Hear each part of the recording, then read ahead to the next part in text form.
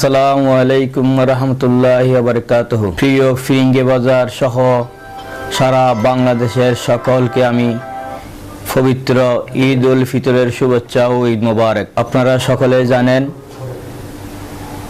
আমি বিগত 5 তারিখ পবিত্র মক্কা মদিনা উমরা করার জন্য গিয়েছিলাম। আজকে দুপুর 12টায় আমি বাংলাদেশে এসেছি। সবার সাথে আমার রাজনৈতিক সহযোদ্ধা, বন্ধু বান্ধব,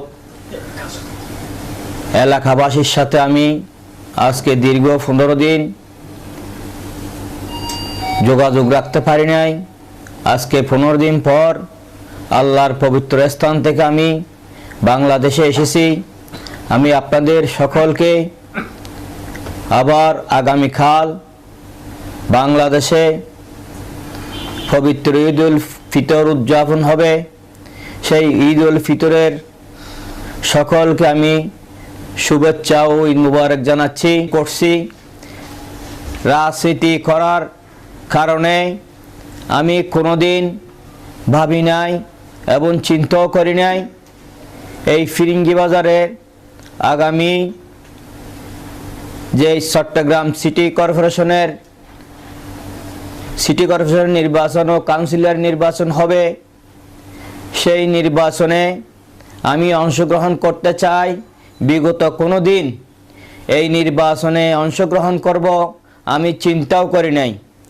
তারপরও আজকে আমি দীর্ঘদিন থেকে এই ফিরিঙ্গি বাজারবাসীর জন্য, ফিরিঙ্গি বাজার মানুষের জন্য, ফিরিঙ্গি বাজারের অসহায় পরিবারের জন্য আমি দীর্ঘদিন ধরে কাজ করছি। আমাকে সবাই চিনে।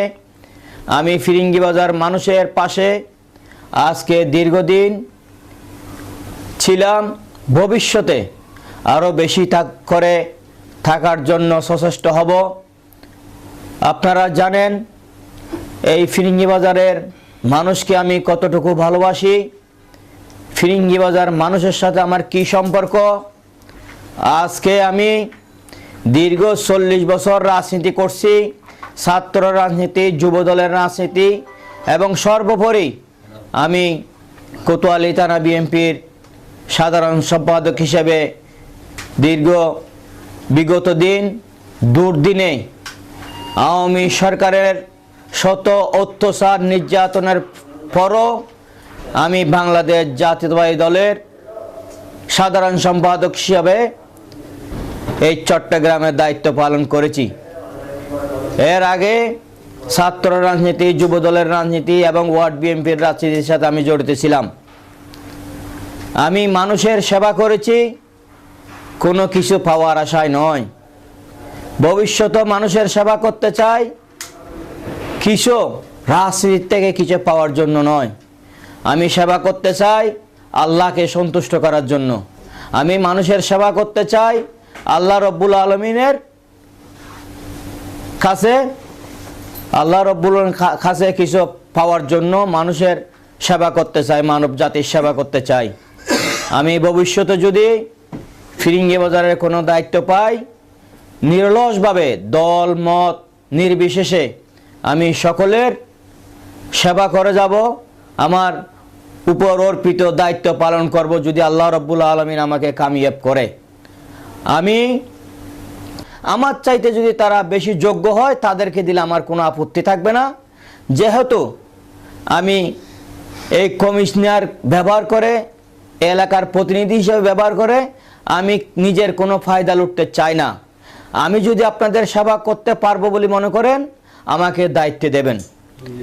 কারণ আমি বিগত 40 বছর রাজনীতি করে আমার বিরুদ্ধে যদি কোনো আপনারা তথ্য প্রমাণ সহকারে কোনো দুর্নীতি করেছি, কোনো চাঁদাবাজি করেছি, জায়গা দখল করেছি, কোনো অন্যায় করেছি, সেই ধরনের কোনো যদি প্রমাণ পান আমাকে ভোট দেওয়ার দরকার নাই।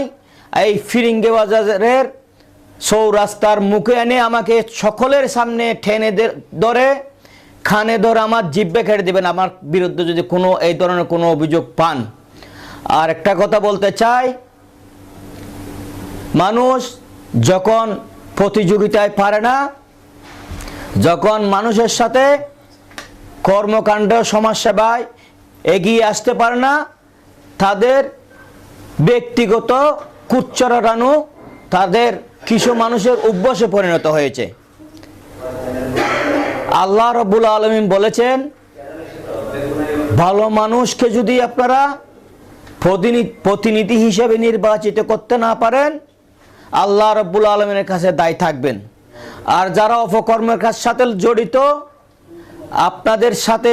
আপনাদের অর্পিত দায়িত্ব নিয়ে এগুলো নিয়ে যারা কলঙ্কিত করতে চায়, তাদের জীবনের চাহিদা মিটাতে চায়, আমাকে ভোট না দেন, আমাকে আপনাদের প্রতিনিধি না বানান, তাদের থেকে আপনারা বিরত থাকার জন্য আহ্বান জানাবো।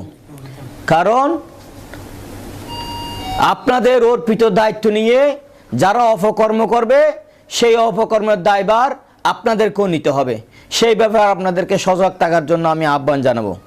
আজকে আমি সর্বোপরি আপনাদের সকলকে আগামী দিনের যে ঈদ উল ফিতর উদযাপিত হবে, আপনারা সকল পরিবারের সদস্যদের নিয়ে, বন্ধুবান্ধব নিয়ে উৎসবমুখরভাবে ঈদ উল ফিতর পালন করবেন, এই আশা রেখে আপনাদের সকলকে আমি আবারও ধন্যবাদ জানিয়ে আসসালামু আলাইকুম রহমতুল্লাহি ওয়া বারাকাতুহু।